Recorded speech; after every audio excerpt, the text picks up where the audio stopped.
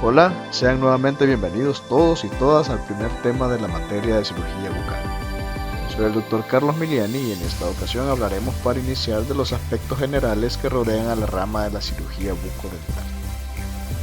En esta rama condensaremos muchos de los conocimientos generales aprendidos a lo largo de estos años en las materias de anatomía, fisiología, farmacología, terapéutica, para poder aplicar estos conocimientos durante el manejo tanto desde una exodoncia simple hasta las bases de las especialidades quirúrgicas con el fin de saber también diagnosticar adecuadamente nuestros casos clínicos y, de ser necesario, poder guiar a nuestros pacientes por medio de una interconsulta o derivación adecuada con el especialista.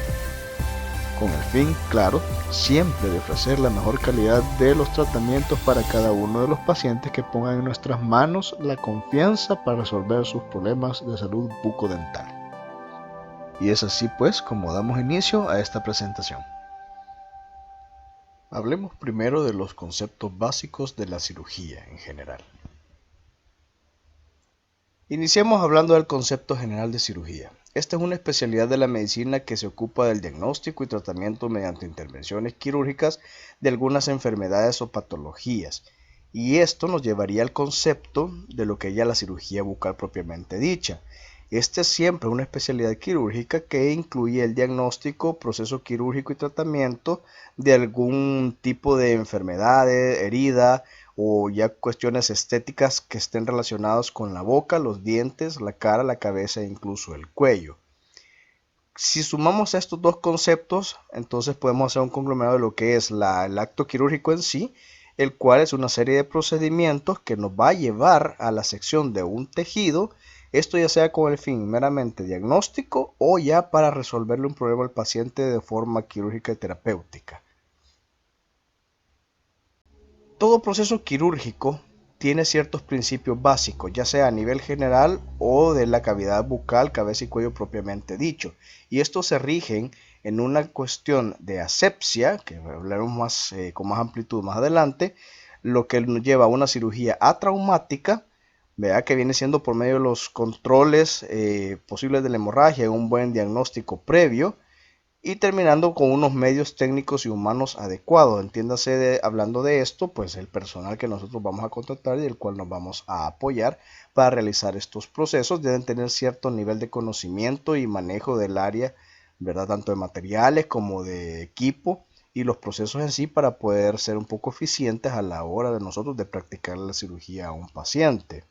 Y es así como cualquier procedimiento quirúrgico, cualquier cirugía que nosotros vayamos a hacer, tiene que llevar ciertos pasos que ya están estipulados previamente. Este orden ya está establecido, que inicia desde el preoperatorio, haciendo una correcta anamnesis del paciente, cualquier enfermedad que él pueda tener, ya sea hereditaria, de origen familiar, antecedentes familiares, problemas que tenga crónicos el paciente, para prepararlo antes de colocarlo en nuestro sillón dental y hacer el procedimiento quirúrgico. Saber qué tipo de anestésico vamos a utilizar dependiendo de si el paciente tiene algún tipo de patología sistémica o, por ejemplo, tiene alguna enfermedad crónica, si es alérgica a algún componente del anestésico. Todo eso tenemos que preverlo nosotros para ya realizar el procedimiento quirúrgico de una forma bastante controlada, muy bien planificada, porque el postoperatorio va a depender de todos estos pasos anteriores para que la recuperación de este paciente se dé adecuadamente y sin ningún tipo de complicaciones. Hablemos entonces de la asepsia. Este es el primer principio quirúrgico básico. Y es por medio de este principio de control ante la presencia de microorganismos patógenos que nosotros podemos ofrecer un ambiente controlado a la hora de realizar un procedimiento quirúrgico en nuestros pacientes, manteniendo un campo operatorio estéril, libre de contaminación cruzada tanto por el bienestar del paciente en sí, como de nuestro personal, de nosotros mismos. Y hay que tomar en cuenta que estos procesos van desde el correcto lavado de manos, pasando por la manipulación adecuada de nuestras barreras de bioseguridad, la capacitación adecuada del manejo de estas barreras, el equipo e instrumental por parte de nuestro personal de trabajo, hasta el retiro de los mismos componentes al fin del procedimiento operatorio. Pero definamos en sí lo que significa el concepto de asepsia. Para esto debemos tener claro dos conceptos muy fundamentales. Son similares entre sí, pero tienen ciertas diferencias. Estamos hablando de la asepsia y de la antisepsia. ¿Cuál es la diferencia entre los dos? Si hablamos de la asepsia, es un conjunto de procedimientos diseñados para evitar las infecciones en una herida durante un procedimiento quirúrgico. En este caso, no hay, que quede claro, ningún tipo de germen patógeno. No hay microorganismos que estén sobre ninguna superficie de la que se está trabajando. En el caso de la antisepsia, también son procesos que están destinados a prevenir y combatir la infección, pero en este caso es destruyendo los microorganismos que ya están en la zona. En este caso hay microorganismos, algunos son patógenos, otros no son patógenos, pero al momento de realizar la antisepsia, nosotros eliminamos todos estos microorganismos para crear un campo aséptico. Entonces nosotros, para entender un poco mejor, la antisepsia nos va a llevar a generar un campo aséptico.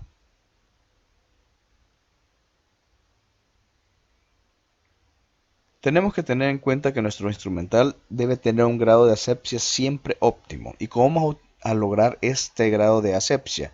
La desinfección la podemos hacer por medio de procesos utilizando calor húmedo o la autoclave. Podemos utilizar calor seco, que son los hornos de aire caliente. Estos generalmente se limitan para instrumental metálico. Hay que evitar pues las cuestiones plásticas, las superficies plásticas o textiles, pues pueden terminar quemados. Por ejemplo, las gasas sí se pueden utilizar entre 30 a 40 minutos a 160 grados en un horno de calor seco, pero sí pueden terminar con superficies quemadas. Entonces siempre se recomienda utilizar calor húmedo para estas superficies, para estos tipos de insumos. Más hay que tener en cuenta que entre ambos es más costoso, los costos son más elevados de adquirir un autoclave que un horno de calor seco. Generalmente los de calor seco son un poco más cómodos económicamente hablando y son lo que más vamos a encontrar en los consultorios dentales. Tenemos medios gaseosos como el óxido de etileno que no se suelen utilizar muy comúnmente a nivel de la consulta particular, de la consulta privada. Nos vamos a quedar generalmente ya sea con un autoclave o con un hornito de calor seco. Y por último tenemos medios químicos que también pueden ser de mucha ayuda, como el glutaraldehído al 2%. Podemos utilizar incluso alcohol de 70 o 90 grados y vamos a utilizarlo sobre superficies, o hasta clorhexidina, pero ya en concentraciones del 5%.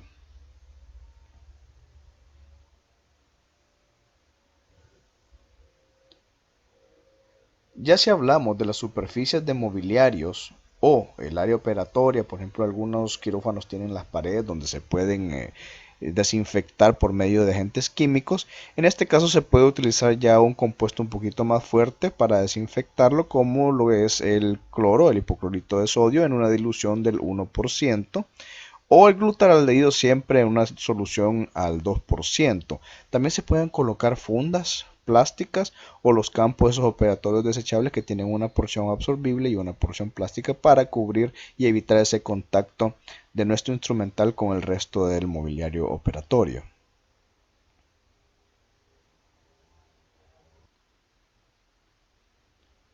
Y por último, pero no menos importante, tenemos que tomar en cuenta la asepsia y la desinfección de nuestro paciente.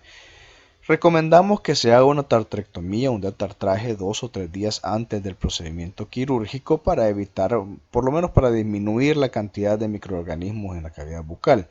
Luego vamos a higienizar la cavidad. Esto es previo al procedimiento. Podemos utilizar cualquier tipo de enjuague, como por ejemplo clorhexidina al 0.12%, también en la presentación de 0.1, 0.2 por cierto incluso. O vamos a utilizar cualquier tipo de enjuague bucal. Media vez evitemos, recuerden que tenga alcohol en sus componentes. La preparación del paciente antes de entrar a la consulta, antes de entrar al procedimiento quirúrgico, se recomienda pues cubrir todos sus... Si son señoritas, pues quitarse los aretes, pulseras, hacerse una cola. Y los caballeros pues cubrirle igual, las mujeres en este caso para ambos es cubrirle su indumentaria, su ropa con la que llegan con una bata quirúrgica desechable.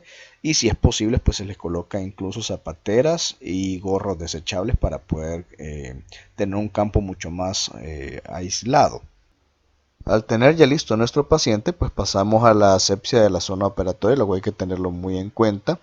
En este caso, pues hablamos de la cavidad bucal donde vamos a operar o la zona pericutánea facial, en el cual podemos utilizar agentes químicos como la clorhexidina en ya concentraciones un poquito más altas, al 2% o 4%, siempre sea en superficies cutáneas y no mucosas. Y también otra opción es la iodopovidona, la cual es también bastante útil y se utiliza con mucha frecuencia, incluso a nivel hospitalario. Les repito, todo eso lo vamos a ampliar en nuestro tema más adelante de desinfección y asepsia. Pasemos entonces a nuestro segundo principio quirúrgico, que es la cirugía traumática. En el caso que estamos hablando ahorita de cirugía traumática, esto se refiere más que todo a tener una muy buena planeación de todos los procedimientos previos, trans y postoperatorios. Y vamos a comenzar desde lo que es la anamnesis, desde que recibimos a nuestro paciente, nuestra consulta con su problema, y debemos hacer un adecuado preoperatorio. En este caso, la realización de una historia clínica es muy importante. Esta la vamos a dividir en dos fases, o por decirlo como en dos etapas. Primero, hacer una evaluación médica general. En este caso vamos a indagar sobre su historial de salud familiar, posibles patologías crónicas como diabetes, hipertensión u otros. También deficiencias metabólicas como problemas hepáticos o renales, así como malos hábitos, ya sea tabaquismo, alcoholismo o cualquiera de ese tipo, para luego empezar ya a ahondar en su historial odontológico. En este caso sería todo lo relacionado a tratamientos bucodentales previos y complicaciones que pudieron haberse dado durante esos procedimientos, ya sea alergias, algún componente, ya sea el anestésico o algún fármaco, hematomas, hemorragias, eso como para dar algunos ejemplos. Por ejemplo, hay unos pacientes de que tienen un sangrado excesivo después de una extracción y ellos mismos les van a referir de que en la última extracción, pues fíjese que doctor que yo pasé sangrando más de un día, ya se ha dado el caso. Todo ese tipo de historial nosotros tenemos que tomarlo en cuenta para prepararnos nuestro procedimiento. Luego, si es necesario, vamos a mandar a hacer algún tipo de examen extra, examen complementario, como en este caso que les digo yo, para descartar cualquier tipo de enfermedad como una hemofilia. En el caso de los exámenes podemos mandar hemograma completo, tiempo de coagulación, de protrombina, tromboplastina parcial y cualquier examen pues, en realidad que ustedes en el transcurso de esa anamnesis, de ese diagnóstico, crean conveniente evaluar al paciente. Y por último, con toda esta información, nosotros lo que vamos a llegar es al diagnóstico final. Eso completaría nuestro preoperatorio. Y ya con toda esa información, pues pasamos a la siguiente etapa, que ya es la etapa de la cirugía en sí, la preparación del paciente para una cirugía. Cuando ya tenemos al paciente en nuestro consultorio, debemos hacer todo aquel procedimiento que ya hablamos previamente del espacio del paciente mismo con toda su indumentaria adecuada y la preparación de los componentes, que se entiende, hablábamos de todo, de la esterilización de nuestro equipo y de nuestro área de trabajo. Y cuando hablamos de preoperatorios en relación al paciente, tenemos preoperatorios en tres etapas diferentes, dependiendo prácticamente de en qué momento nos encontramos antes de empezar ya a realizar los procesos operatorios. Tenemos un preoperatorio inmediato, que son todas aquellas indicaciones que le damos al paciente para que siga como medidas días antes, hasta un día antes del acto quirúrgico. Tenemos el preoperatorio inmediato, que solo son un par de horas antes de empezar el procedimiento. Por ejemplo, decirle al paciente que no coma antes de 8 o 12 horas previos a la intervención y que puede hidratarse no más de 6 horas antes de estos procedimientos. También tenemos, por otro lado, el preoperatorio, que es preoperatorio de urgencia, en el cual no tenemos tiempo de preparar a este paciente por A o B motivo. Generalmente casi siempre son en cuestiones hospitalarias, pero sin embargo podemos encontrar en nuestro consultorio privado pues casos en el que simplemente tenemos que preparar al paciente un par de minutos incluso antes de realizar un procedimiento. Por ejemplo, en el caso hay muchos pacientes que se da, pacientes hermanos lejanos que vienen y que del último día están ellos esperando que nosotros podamos realizarles un tratamiento específico, ya sea el caso 2 o 3 días antes de que ellos salgan de viaje y están buscando cómo hacerse extracciones, y casos pues similares a esos. En el caso no tenemos ningún tiempo de preparar al paciente, eso sería el preoperatorio de urgencias. Ya media vez hemos preparado a nuestro paciente y llega el día de la cirugía, hay dos puntos muy importantes a la hora de realizar una cirugía traumática, lo cual para iniciar es la correcta manipulación de los tejidos. Hay que tener mucho cuidado de cómo los manejamos a la hora de hacer debridaciones, a la hora de hacer incisiones. Todo eso lo vamos a ver más adelante con mucha mayor detalle. Y cada intervención quirúrgica debe ser planificada correctamente de antemano para minimizar los traumatismos operatorios. Eso quiere decir durante el proceso. Ahora, el plan quirúrgico nos va a ayudar a saber desde el inicio qué tipo de anestesia vamos a utilizar, los materiales adecuados para no estar corriendo última hora y viendo que nos falta algo, lo cual va a alargar el proceso y va a generar en realidad mucho más traumatismo en los tejidos. Tener un ayudante personal auxiliar que de verdad esté capacitado para podernos colaborar adecuadamente, un sistema de aspiración bastante decente, porque generalmente el que tenemos en las unidades dentales pues no son los más adecuados, aparte de que hay que tener una buena luz para tener una visibilidad, que es lo más importante en cirugía, una visibilidad completa del campo operatorio, y luego tener claro qué es lo que vamos a trabajar en el plan postoperatorio, qué es lo que le vamos a medicar al paciente, cuáles son las indicaciones que le vamos a dar para que él también pueda cuidarse en su casa luego de todos los tratamientos que le vamos a realizar. Otro aspecto importante es manejar bastante bien nuestro campo operatorio, saber cuál es nuestro territorio en lo que vamos a ir nosotros a trabajar, y en este caso pues tener muy en cuenta las regiones topográficas de la cara. Recordar de que la zona craneofacial se divide en tres tercios, uno superior que va de lo que es el nacimiento del cabello hasta lo que es la línea bipupilar, que vendría siendo esta zona de acá. Todo esto lo vamos a ampliar en la siguiente clase de cirugía quirúrgica, pero pues adelantándole un poco. El segundo tercio va de lo que es la sutura frontomalar, que vendría siendo esta parte de acá, hasta lo que es el plano oclusal superior. Y por último, el tercer tercio, que viene de lo que es el plano oclusal de la parte inferior de la mandíbula hasta lo que es la porción inferior de la mandíbula, que vendría siendo esta zona de acá. Y a su vez, pues todo esto se divide en varias regiones, como la región orbitaria, nasal, bucolabial, mentoniana y el resto de regiones que les muestro a continuación. Pero a mí lo que me interesa en realidad, más que todo, como les digo, es que manejen el área, el campo operatorio donde ustedes van a trabajar, que generalmente se va a limitar a la parte interna de la cavidad bucal. Entonces, obviamente, si ustedes más adelante se especializan en un área ya de cirugía clínica, pues ustedes van adquiriendo más conocimientos al respecto de este tema y puedan desempeñarse mejor. Muy importante a tener en cuenta por medio de esta anamnesis que estamos haciendo y este procedimiento preoperatorio, este plan preoperatorio, es saber el tipo de anestesia que vamos a utilizar. Recordemos que podemos utilizar anestesia general con un paciente que puede quedar internado o no en un hospital, o pues en alguno de estos consultorios ambulatorios.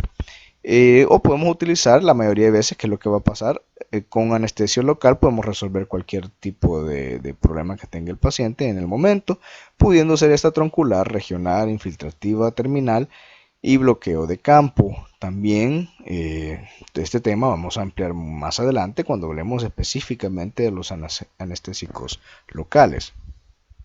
Ya cuando entramos al tema del procedimiento quirúrgico en sí, tenemos que tomar en cuenta que están definidos tres tiempos operatorios bien marcados, el cual inicia desde lo que es la diáresis, la incisión o la sindectomía, o sea, desde el momento que nosotros que generamos la punción con el anestésico, con la aguja del anestésico, desde entonces ya empezamos nuestro primer tiempo operatorio para luego generar una incisión o por hacer un levantamiento de colgajo.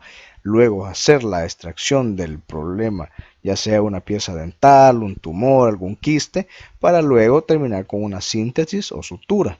Ya con esto el paciente pues se le manda a su casa para que empiece él ya el postoperatorio. Hablemos algo que es muy importante, lo que tenemos que tener presente, que es el siguiente principio de una cirugía traumática, el cual es el control adecuado de la hemorragia. Y al referirnos al control de la hemorragia, pues tenemos que tener claro el concepto en sí de lo que es hemostasia. De forma breve, recordemos que es el proceso fisiológico mediante el cual se controla la extravasación de la sangre de los vasos sanguíneos, a la vez que se mantiene la fluidez dentro de los mismos. Sigue fluyendo, aunque lo que se trata es de evitar la extravasación excesiva hacia el intersticio. Esto se puede dar por medio de la utilización de gasas o pinzas hemostáticas, electrocoagulación, ligadura vascular y aplicación de materiales hemostáticos como el hemostop u otro tipo de material o insumo que nos pueda ayudar para lo que es este proceso, el cual también vamos a ver varios ejemplos más adelante en clases que vienen.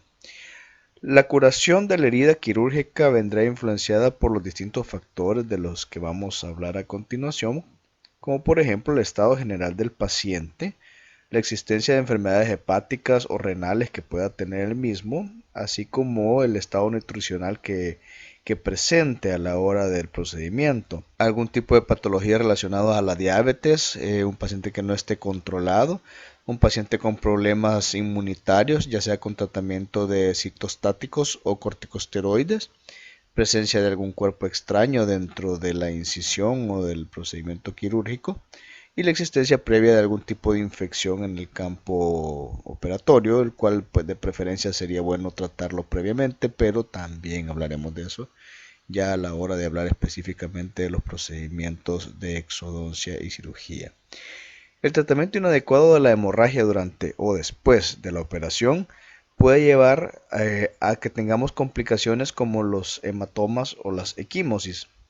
Recordemos que los hematomas son una colección de lagunas de sangre acumuladas en un espacio anatómico específico. Estos deben ser evacuados ya sea por incisión o drenaje. Son lo que llamamos famosos moretones, los que se ponen en una consistencia bastante dura, con una inflamación, están delimitados y se ven bastante oscuros. Por otro lado, la equimosis es la extravasación de sangre en los planos tisulares superficiales, quiere decir piel y mucosas. Esto lo que hace es como esas manchas pequeñas que tienen en el centro oscuro y alrededor un halo verdoso. Estos vendrían siendo las equimosis.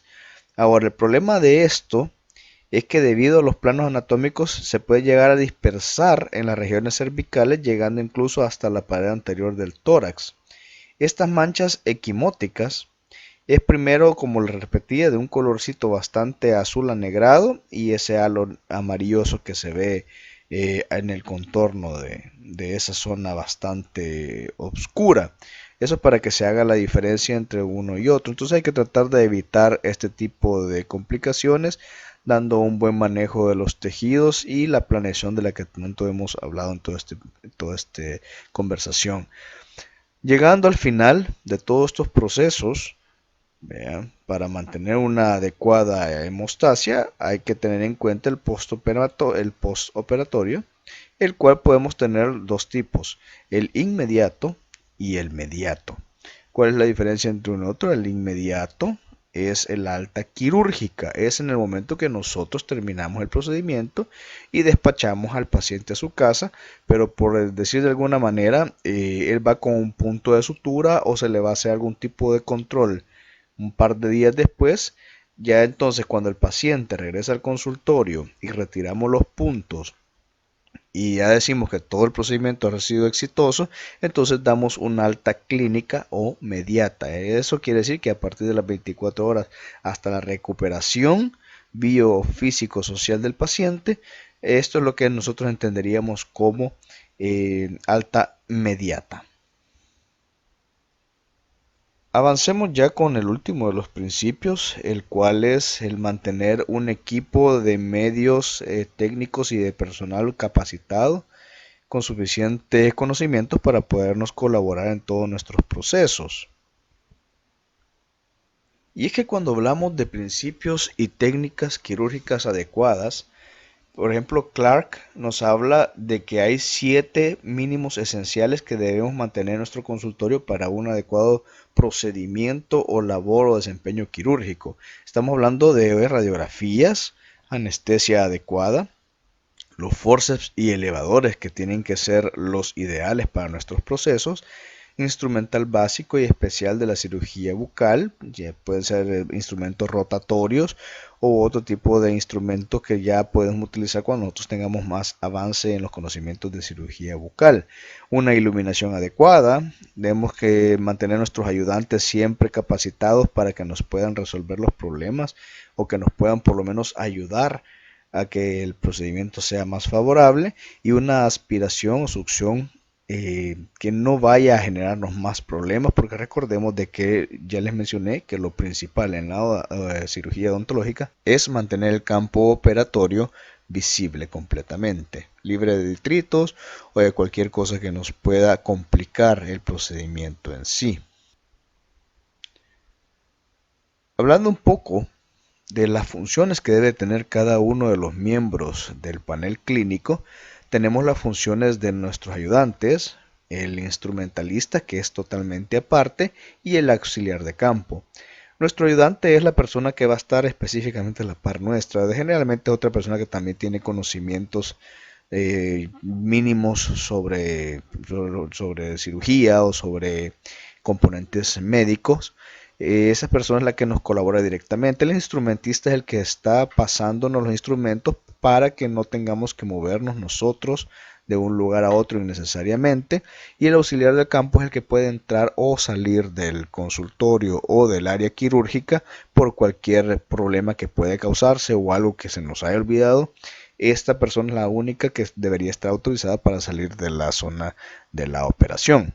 Y pues entre sus funciones, en el caso de los ayudantes, es el pintado de la piel desde los ojos hasta lo que es el cuello con un antiséptico, el pintado de la cavidad bucal, cobertura del campo con toallas estériles, aspirar y facilitar todos los gestos quirúrgicos del cirujano, o sea, debe conocernos bastante bien en el hecho de que con un solo movimiento él debe saber a qué queremos llegar, qué es lo que queremos decir y cuál es el procedimiento que queremos hacer.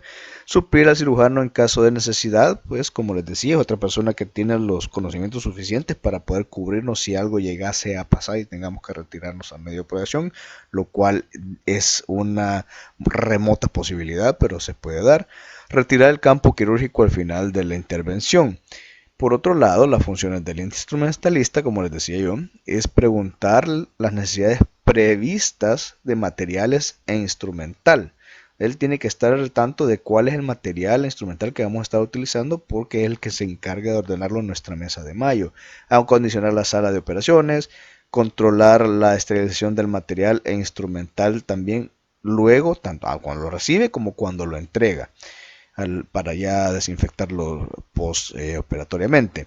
Y las funciones del auxiliar de campo, que es vestir adecuadamente al paciente, él el que se encarga pues en la sala gris de vestir, poner su gabachón, su gorro, sus zapatillas si le vamos a poner antes de que pase el quirófano, retirar las prótesis que pueda tener el paciente o cualquier otro tipo de objeto metálico, atender la entrada y colocación del paciente al sillón, enfocar la luz adecuadamente, conectar el motor y el aspirador quirúrgico, atender a todas las necesidades del equipo quirúrgico, limpiar y preparar la sala operatoria para la siguiente intervención quirúrgica que se nos pueda presentar. Y es así pues prácticamente como vamos nosotros armando nuestro equipo de personas idóneas para poder ejercer adecuadamente nuestra parte quirúrgica de odontología. Y otras cosas que pueden también ayudarnos es la acomodación del paciente. Si la actividad quirúrgica, por ejemplo, si la actividad del odontólogo, si nuestra actividad va a ser específicamente sobre cirugía, sería bueno pues que tuviéramos un área similar a un quirófano pequeño dentro de nuestro consultorio. El soporte y bandeja de instrumentos es muy importante en el hecho de que tenemos que tener todo el instrumental en nuestra mesa de mayo ordenado, y en el momento que nosotros agarremos algún tipo de instrumento y lo hayamos utilizado, debemos colocarlo exactamente en el mismo orden para pues no perder de vista todo el material con el que estamos trabajando. De esa manera pues vamos ordenando poco a poco todos nuestros procesos y los vamos sistematizando de alguna manera. Ya para ir terminando, un par de detalles más que siempre son importantes a la hora de pues planear nuestro espacio de trabajo. Si nos estamos dedicando constantemente a estos procesos, es una iluminación adecuada. Podemos tener pues utilizar la lámpara del equipo dental, pero podemos ayudarnos siempre de lámparas suspendidas al techo. Hay unas que se les puede quitar los mangos y los pueden esterilizar. Y hay ciertas lamparitas, o incluso esas que utilizan la gente para andar en bicicleta, que ayudan bastante, ¿verdad? A la hora de que tengamos un problema, para tener una mejor visibilidad del campo. Nos colocamos eso en la frente y pues eso ayuda o prácticamente agrega un poco más de iluminación a la hora de estar trabajando. Y como les mencionaba que la aspiración quirúrgica debe ser muy importante, tenemos que tener un buen eyector. Hay incluso unos que son portátiles, no necesariamente hacer la construcción, la infraestructura hospitalaria, pero se podría trabajar incluso con esos portátiles. La idea es tratar de no ocuparlos del sillón dental, ya que como les he dicho, esos generalmente suelen taparse con los coágulos o con todos los detritos y todos los restos que salen de una cirugía. La persona que nos está ayudando es ideal que tome con su mano izquierda el eyector para que tenga su mano derecha libre y podernos ayudar en caso de que tengamos que separar el carrillo, la lengua o cualquier tejido blando que nos pueda estar estorbando en el proceso operatorio. Y entre otras necesidades que puedan haberse u otras sugerencias que podamos tener para mayor comodidad nuestra en realidad, es portar un negatoscopio o un motor quirúrgico, como les mencionaba, si nos vamos a dedicar a esto. Un material de uso clínico, ya sea instrumental básico, específico para cirugía, instrumental que de reserva por si en algún momento pasa algo como a veces se suelen caer los materiales o el instrumental, pues a tener uno de repuesto, siempre estéril, instrumental que sirva para complicaciones que ya son específicos para sacar, digamos, restos radiculares o lo que son los ápices cuando se fracturan. Hay saber manejar ese tipo de instrumental, y material anestésico estéril. Eso es muy importante, que estar seguro de que el proveedor de nuestros anestésicos los hace pasar por un proceso de esterilización riguroso. Utilizar o saber utilizar correctamente las suturas, lo cual vamos a hablar también en clases próximas. Tener materiales hemostáticos a la mano por cualquier emergencia. De posibilidad, si se puede, tener un electrobisturí, porque a veces es bien práctico para realizar cauterizaciones. Y pues prácticamente manejar de la mejor manera nuestro consultorio para que estos procesos, que generalmente son engorrosos, sean un poquito más fáciles, tanto para nosotros como cómodos para el paciente. Y en cuestión de adaptaciones en el consultorio, en nuestra clínica, podemos, como repetimos anteriormente, tratar de mantener un medio quirófano pequeño, aislado de otra unidad si es posible. Si no es posible, pues adecuar esas unidades de la mejor manera. Una zona cercana para podernos lavar las manos y la zona para almacenar adecuadamente todos estos materiales e insumos de los que hemos estado hablando. Así que pues damos por finalizada la primera clase. Me encanta pues haberles podido compartir con ustedes esta pequeña introducción a lo que es la cirugía en general y un poquito más específico en la cirugía bucal. Vamos a hablar la próxima clase de lo que es anatomía quirúrgica. Les comparto la bibliografía de la cual me he apoyado para desarrollar este tema, y espero que ustedes amplíen también sus conocimientos dando una pequeña leída a esa información. Los espero en la próxima clase y pues sigamos aprendiendo juntos.